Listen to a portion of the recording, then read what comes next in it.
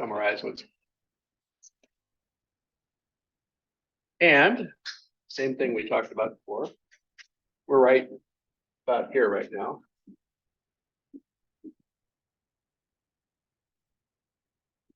So, positioning statement. Let's assume you've done enough research to understand at least the more than casual part of your market opportunity. So this may be the most important thing we do tonight. And that's why I wanted to do it tonight rather than waiting. And that is a positioning statement basically defines your business. And there are 3 questions, but the 4th one is alignment. But can you write down 1 or 2 sentences? You're not writing an essay, 1 or 2 sentences. Who do you serve? This sounds so simple. This is hard. Who do you serve? What do you provide? And why should they believe you can do this? I'm going to show you an example of that, by the way. And finally, how does this align with your target market segment? Or does it? Now, I could give you a couple of minutes to write that down, but in the interest of time, I'm going to say this is homework. But this is really this is the crux of the whole matter right here. And I'm going to show you an example of that. This is my own graphic. The target segment is not the entire market. Yes, ma'am. I'm sorry. Oh, you may be getting to this. How do you recommend that someone finds their target segment, they're actually your ideal customer and their customer segment? Well, part of that is doing your own sort of research, shoe leather research, and looking it up. The other thing is finding on the internet and other places where other people have done research in similar markets that will give you some idea of where you're going. The list of resources we had there, you can do some of that research there, but until you sort of get a grasp around what you're looking for, it's an iterative process. Mm-hmm. You will think you know it until you don't. I mean, just like with your golf course situation, you really have 2 different audiences there. Okay. And then how do you say, okay, what is my target segment? Is it people that play golf 3 times a week? Is it people that play casually once or twice a month? Is it people that just want to go out and hack around twice a year? Well, you're not going to make any money off of those folks. So your target's got to be somebody that has enough frequency and enough dollars to you that you can afford to do business with them. So you're starting to get narrowed down to that. You think about the grocery store graphic that we had up here. You know, there's a reason those people have focused on those different segments, because that's what they can offer, and they can't try to be everything to everybody. I don't know. Did I answer that question? No, I guess we just do things differently as smart stars. I was just seeing where because we come to the same conclusion, but do you do any like the lean startup methodology, doing like customer discovery interviews and that kind of thing? Do you recommend that? I'm not getting into that tonight. It's certainly a tool. Okay. All right. Certainly a tool. There's plenty of these things like that. And that's why we say you need to talk to other people in the same culture in the area that can help with that, because I don't do that. Yeah. I've done lots of customer interviews and things of that nature, but we're not trying to talk about that tonight simply for brevity, and also I'm not really all that good about teaching that subject. So I'll just be honest with you. They seem that's user experience, user interaction, UX UI. That's what I went to school for. And then yours is actually more like data analytics and targeting side of it. Yeah. So they're similar, but they're quite a bit different. Yours is how do you want the business to feel? How do you want people to respond to you, kind of on that side of it? And yours is like, how do we find the people to bring them here? Yeah. So, well, for example, who do you start interviewing? Yeah. You can't go down the street and just find people unless you're selling something that typically is on the street. But you have to sort of iterative go through it and say, okay, I have an idea that's where it is, and maybe I go start talking to a few of these people, see what's going on. And you learn from that process, and then you go back and sharpen your questions, because you're starting to develop that privileged insight that says there's a fence around some of this stuff, and I want to get inside that fence. That's where I want to be. Now, this is an example, I just made this up. The point here is you will attract customers from other segments, but they're not your primary focus. So Coca-Cola Company has Coke Zero. I don't drink it, but it supposedly has nothing but brown fizzy water. So I guess if you're into brown fizzy water, that's great. But the point here is that the market opportunity is all soda drinkers. And then there's people that are interested in diet soda. And then finally, Coke Zero has figured out that somewhere in that, there's a niche that says that's my target. So the way Coke Zero may be using the same advertising media, but their message is different because they're reaching such a broad audience. And frankly, Coca-Cola is a sort of universally available product. But if you look at Coca-Cola and their strategy, I will guarantee that they have gone down very far down into the value proposition and those market segments for every one of their brands. Has anybody ever gone to the Coca-Cola Pavilion in Atlanta? You go in there, it's incredible because they have a list of all of the soft drinks they produce all over the world. There's about, what, 120 of them, something like that. And you can sample any one of them in that place. But you've never heard of 90% of these. But those are all brands that they sell someplace else in Europe or Asia or South America or Africa. Doesn't matter. And they make up different types of products. It's juice-based or it's no sugar, but they've got a whole spectrum of those things that they can sell. And they understand the market segments for each one of those. Doesn't mean that I wouldn't drink some Coke Zero occasionally, but I don't go out in the store and buy it. The other thing is when you're doing this business like Coca-Cola, they're fighting for shelf space. So the more different iterations of that brand, you crowd other people off the shelf because they're paying slotting fees to get that stuff on the shelf. And in most cases, the people that sell soda in the grocery stores, it's no profit. All the money comes from the soda fountain, the fountain business, but you've got to get shelf space within the grocery stores to sell it. Yes. So you said you will attract customers from other segments, but they're not your primary focus. So Right. do not take their money. Of course you do. Okay. If I go buy a 6-pack of Coke Zero, I'm not their target. But if I go buy it, that's fine. I'll try it. I'll look at it and say, this is okay. I'd rather have something else. But there may be people that are sort of experimenting in the diet soda category. We say, I saw Coke Zero. That looks interesting because I saw it on television at the NFL game or something else. Yeah, I'll try that. So just like with the Jeep dealership, if somebody walks in there and they're not my target audience, it's one of these other folks. Sure, I'll take their money. But if you're trying to be all things to all of those people, you'll be nothing to any of them. So sharpening your focus down on that one segment gives you the opportunity to do it properly. And then other people will sort of say, oh, there's enough there to make me want to try it. Now, this is a consumer packaged good scenario, but this is the way to illustrate the point. And you all know what these soft drinks are. So I try to do it that way. Okay.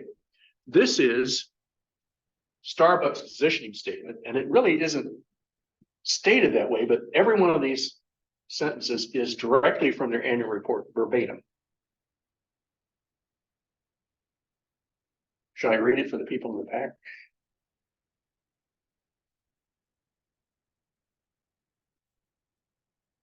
You took all the text from their annual report. It's copied directly out of their annual report. No edits, no changes, verbatim. It wasn't presented this way in their president's letter and in their language in the report, but when you go through and read it, this sort of, I was looking for that, and it's there. And it actually is another good source of information to annual reports. Yeah. Got the Titleist annual report, the Nike annual report, Golf Glove, FootJoy, all those companies. So I had another sentence in here and I took it out because it was just too long. But one of the things they talk about is they want to do this in effect, an environmentally conscious and responsible manner. And they sort of hint at it down here in this one, create a positive impact on the world. It was just too wordy. But there's the whole paragraph really got into the details of what they want to present themselves as. They're selling brown water that's hot as opposed to bubbly. But that's the point. They're selling coffee, for crying out loud. But mobile, middle and higher income urban coffee drinkers who seek a premium coffee beverages in a warm and welcoming experience for environmental friendly, health conscious business. Are you not a coffee drinker? No, I don't drink coffee. You would understand how important coffee really is. Yeah, and the irony of this is my longest SCORE client is in the coffee business. 6+ years. He's doing real well. See, I told you to stay with you. Yeah, it has nothing to do with me consuming his product. So, but then Starbucks took coffee out of their brand. So, but they're still marketing to coffee drinkers, even though they took the coffee name out of the Starbucks coffee. Handcrafted coffee, tea, and other beverages, and a variety of high quality food items. Right there. It's no longer Starbucks coffee. It's Starbucks experience. If you've been to Panera's, I'm sure. I think the number one thing Panera's has is really great architecture. I think the food is slow and expensive, but it's a very warm and welcoming place to meet people, to talk. I think their architecture is the key. That is the architecture of Panera's is the privileged insight into their market. So the interior design of the space. The space and its design is far more important than the food, the pricing, or anything else. So what are they selling? The interior design? They're selling a family living room where you can sit down and have something to eat with your friends. True, Okay. I would agree. I go for business meetings There you go. It's I don't go nice. there to eat. I don't go there. You wanna meet me at Panera. So what Starbucks, I think, found through development of their brand is that they were attracting these people, but what they also found was that this stuff, positive impact on the world, high quality food items, were also part of their value proposition they had not emphasized before. And they start making that a part of it, so that if you look at the detail behind this, there's even more about that. But the idea here is that as they've gone through this process of developing their market, understanding their customers, they take the word coffee out. That expands their I'm no longer turned off by the coffee. It's just Starbucks. It's like Panera's. I don't think Panera even says bread anymore, do they? I don't think. It's just Panera's. No, they do, but they don't emphasize. I never call it Panera bread, Yes, frankly. if you leave Illinois, it's the St. Louis bread company. Yeah, yeah. It's the same one, different brand, and they had established themselves for a long time with that. I thought I thought that was really interesting because it sort of jumped out at me as I read through that thing. This is a perfect way to describe Starbucks. This is it. And woe be unto them who tries to duplicate this, because you will never get there if they're already in that position. So if you're going to go after these people, or you're going to go after the coffee market, you better figure out how much of this can you avoid, because Starbucks is running right over you. Yes, sir. So you're saying that we shouldn't be going after market leaders because, like, I mean, if you look at Airbnb, they turned the, you turned hotel market upside down. We were with taxi companies, like, Yeah. How does that work? They were disruptive in a manner that Starbucks might have been early in their time. But how'd you like to go up against Uber now? Or Airbnb? Airbnb has really turned the single family real estate market upside down. Yeah. And as a result of that, people in resort areas are really unhappy because they used to sell these houses in Vail, Colorado, and now a big conglomerate bought up all the single family houses. They're Airbnbs, and they don't have the same stability in the neighborhood, and they don't have the same volume of people staying there for a long period of time. Airbnb is destroying resort communities. An unexpected negative externality. Okay, you probably memorized this by now. Okay, so what is your value proposition? It's a concise statement of the benefits a company is delivering to customers who buy its products and services. And I think it's really interesting too that it's inside and in the marketplace. So your employees and the people that you work with and your suppliers need to understand what it is you're doing. You may not state that explicitly, but if you have a Starbucks, I'm sure they have a code of conduct, or they have the Starbucks way or something else that says that. That's internalizing their value proposition. Everything a customer experiences about your offering before, during, after, make personal. It's part of your value prop. We did this, again, I'm talking here, but we did this for small generator sets. We did a spreadsheet. We identified 200 items in the value proposition, down to the nuts and bolts. But those were all critical in terms of identifying it first, and then what are the things that make a difference? And what are the things that don't make any difference? And then the ones that have the leverage with the customer, that's where you spend your time and effort. That's where you have the ability to differentiate yourself from other people. And I've said this many times, if everybody can provide something, no one will pay you for it.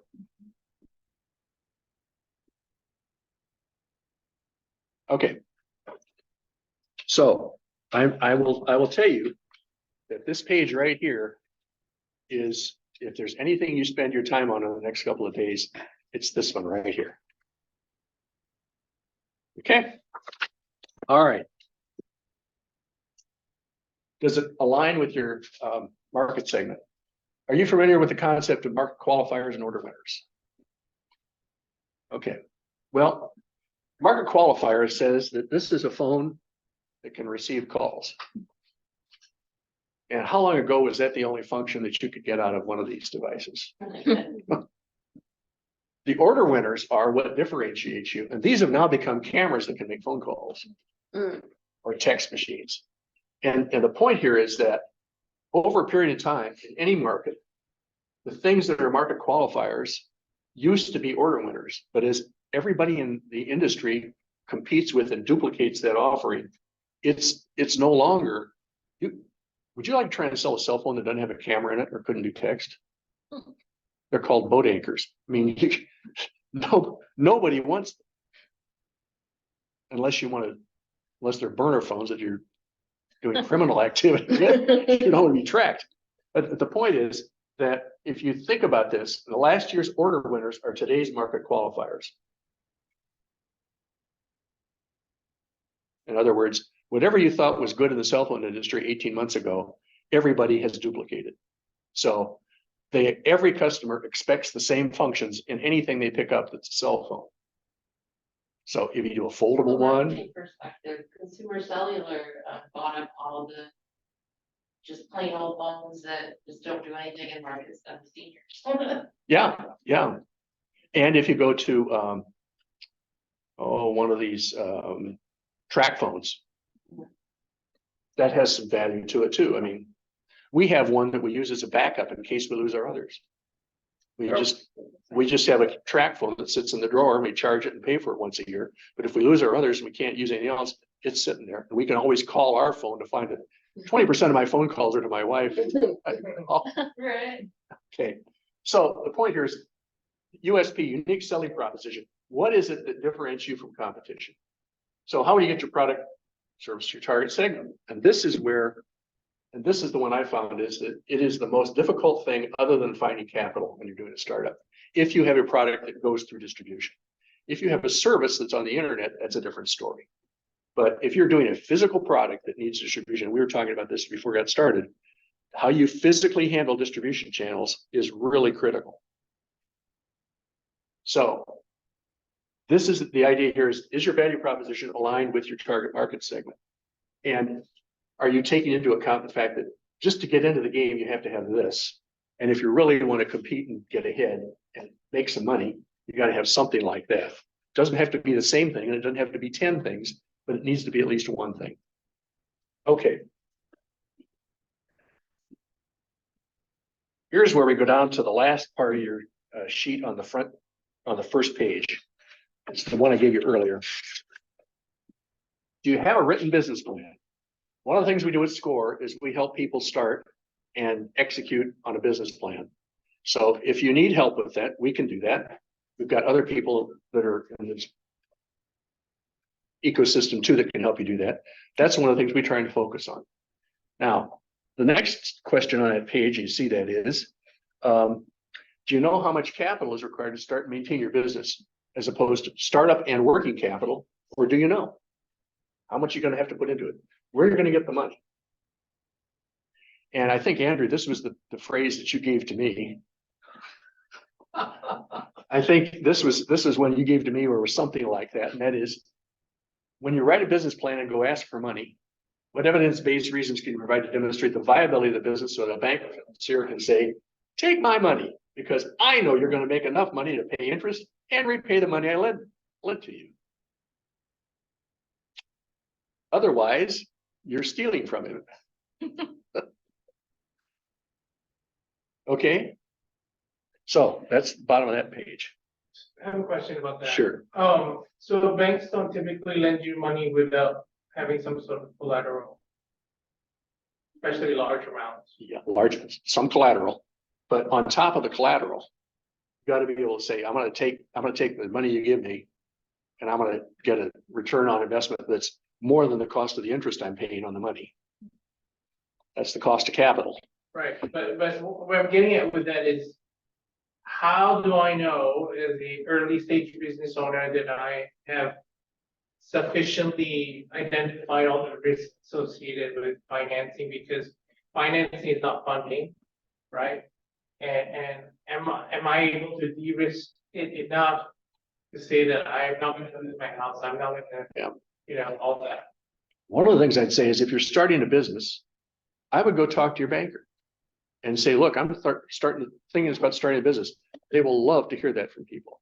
They will say, okay, here's what we take to qualify for a loan. What sort of collateral would you provide? And they will help you with that too. They are not your enemy. They're your friend up until the point that they sign them. Yeah. Financial statement. That's right. Cash flow study and a business plan. Yeah. They know you're serious. They know that you are serious Miles about it. ahead, And miles ahead that way. Yes. you would be surprised how many people walk into a bank and say, I want to start a business. I need $10,000. What are you going to do with it? Well, I'm on a run X, Y, and Z. Well, yeah, okay. Where's your business plan? Well, I don't have one. Well, here's your financial forecast. What's that? Come back when you have them. I think you and I had this conversation way back early when we started doing this. You might not remember it. Anyway, okay. What are the next steps? Well, go out and talk to potential customers, listen to their needs, wants, and preferences. I have had a couple of clients in the Bloomington area that were rather young, and they had some ideas. And I said, okay, well, let's do this. Why don't you make a list of 10 businesses or people in your area that you think might be interested in what you have to offer? Go talk to them, and then come back and we'll talk about what you get. And one of them, I think, made 4 calls, and he found out that 3 of the 4 would be interested in doing business with him as long as his services were free. And the other one already had a person in-house that was doing that service, so they didn't want it. And he gave up after 4 interviews. Came back with a different idea. And I'm not quite sure what happened, because at that point, it faded away. I had another one where I said, same thing. And she went out and made some attempts to set up some interviews, and I think she gave up. And that's a good thing, because if she couldn't do some interviews, she's never going to make it through starting a business. Yeah. That's sort of self-correction in a way. And if you can't look somebody in the eye and say, I need to find out what you're interested in and how can I take care of you as a business or a person, if you can't do that, you shouldn't be in business anyway. So this is sort of a wrap up of what we talked about. You could hire a market research firm, but that is an expensive way to go if you really get into it for actionable results. And I think there are plenty of ways that we can help you with or point you toward, and the people in the SBDC and Andrew's folks and things like that, that can help you get started on this without having to spend anything really. You can do a tremendous amount of work without having to do anything that costs you money. So all that being said, and I said I could get it to 8 o'clock and I'm close, Andrew. It's not about perfection. This is concepts to sharpen your thinking, and you need to develop some insight into your market and your opportunities. And once you get that, you start to see where the real opportunity is. And it may be something that you haven't considered at the start, but it sort of comes out of the work that you do.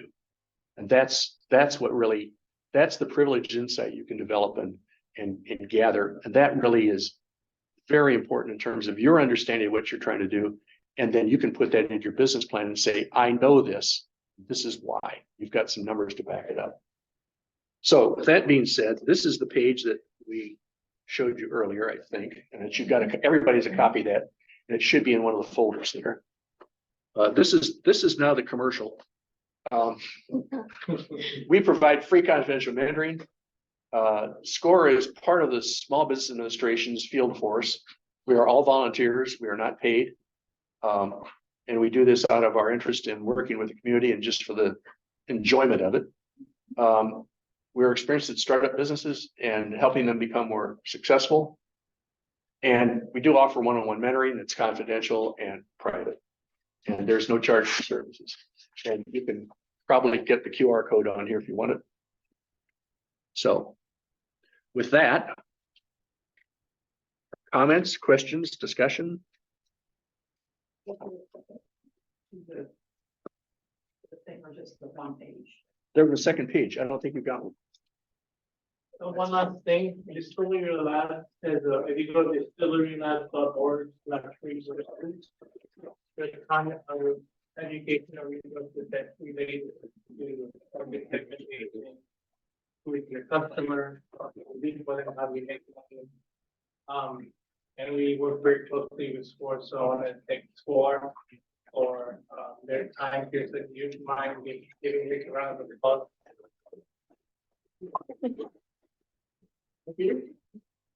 This is a workshop evaluation. You can put that. Yeah. No names, no numbers, unless you want to keep it. But if you would briefly